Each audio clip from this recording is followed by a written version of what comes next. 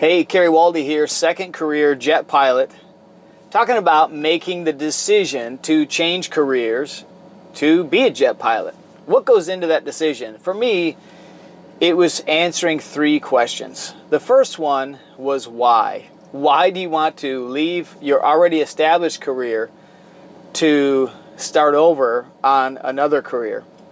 And it's just, for me, I feel like I was born to fly.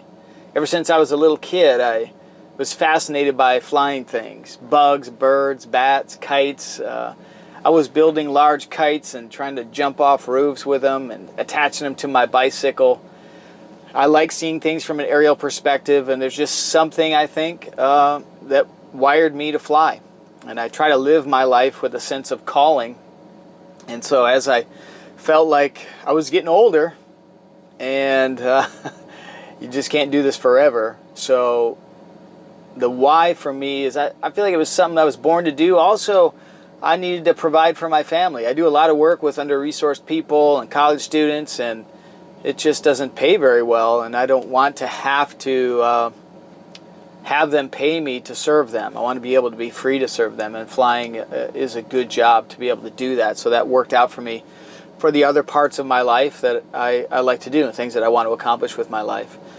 So you have to answer, why do you want to do that? Some people say, well, I just want to make money, and I try to never do anything just for money. I always try to have some higher purpose attached to it, because every job has its sense of grind. And when the grind is happening, when the mundane is happening, I still want to find majesty there. I still want to find something greater that I can look to and find enjoyment even in those grinding times. So you got to answer the why. The next is you got to answer the who. Who's going to pay you to fly their stuff? Unless you're independently wealthy, you're going to fly someone else's equipment. So you have to ask, who will hire me? What are you qualified for? What kind of flying do you want to do? And then research the market and prepare yourself for that. And so as I started to research, the first thing I wanted to do, there's seaplanes intrigued me.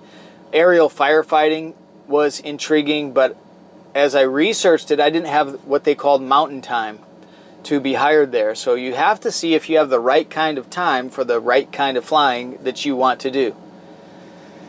One of the places, two places to go to start researching this, because it was a whole new world for me. I've been an inactive pilot for quite some time. Is one, look to the younger pilots. Look to the freshly minted commercial pilots, freshly minted CFIs. These kids, they know all about who's hiring, what internet websites to go to, all that stuff. They just know that. So I started talking to them, and they began to parse out which companies have this benefits, which companies have this base. You know, where do you want to live? What kind of schedule do you want? What kind of pay you looking for? And so the younger generation, they all seem to know. Those kids that are just working through flight school, they love researching this stuff. And then for me, the website that was really helpful was airlinepilotcentral.com, airlinepilotcentral.com. And that was helpful for me because they seem to parse out so many different companies and what they offer, schedules, bases, all those things that you want answered. And so that was kind of a go-to website for me. Sometimes their information is not quite up to date, but generally it's in the ballpark. And if there's a company there that intrigues you, you can always go to their website or talk to a recruiter to get more up-to-date information on that. The third question you have to answer is, when you're going to do this? What kind of timeline are you looking at? For me, I was a fairly inactive pilot with a current CFI. So I got a job teaching again, and that helped get me back in the game and get me back studying. And there's a lot that had changed. I'd learned on a 6-pack, and now we're glass panels and so much GPS. And, you know, I was learning in the ADF days, not the GPS days. So it was just a different environment. I had to get back up to speed on those new things. I had to figure out, what about ATP written? I hadn't passed my ATP written, and now you have to take a CTP course. That wasn't part of the deal when I was coming up. And then also studying for interviews. All of that takes time. I had to prepare myself to be ready. And then also family dynamics. Was my wife ready for me to make this change? What about my kids and my family?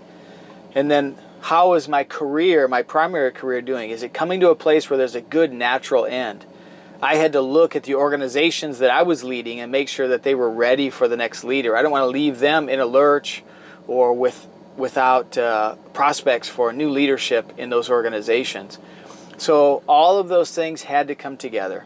Was I ready? What about someone? Are they ready to hire me? What kind of flying did I want to do?